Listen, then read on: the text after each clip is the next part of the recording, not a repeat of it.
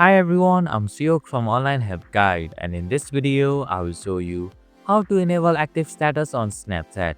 Enabling active status lets your friends know when you are online, making it easier to connect with them in real time.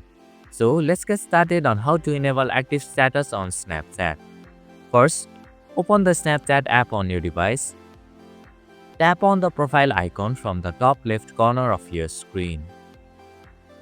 Now, tap on the settings option at the top right corner of your screen.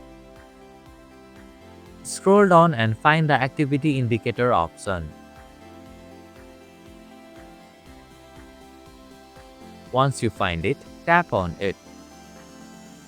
To enable your active status, simply tap on the toggle switch next to activity indicator. When the toggle switch turns blue, it means your active status is now enabled, and your friends will be able to see when you are online. And this is how you can enable active status on Snapchat. Thank you for watching Online Help Guide. Hope this video was helpful. If it was, then hit the like button and comment down if you have any questions or feedback. Also, if you are new to our channel, please subscribe and hit the bell icon so that you won't miss our upcoming videos.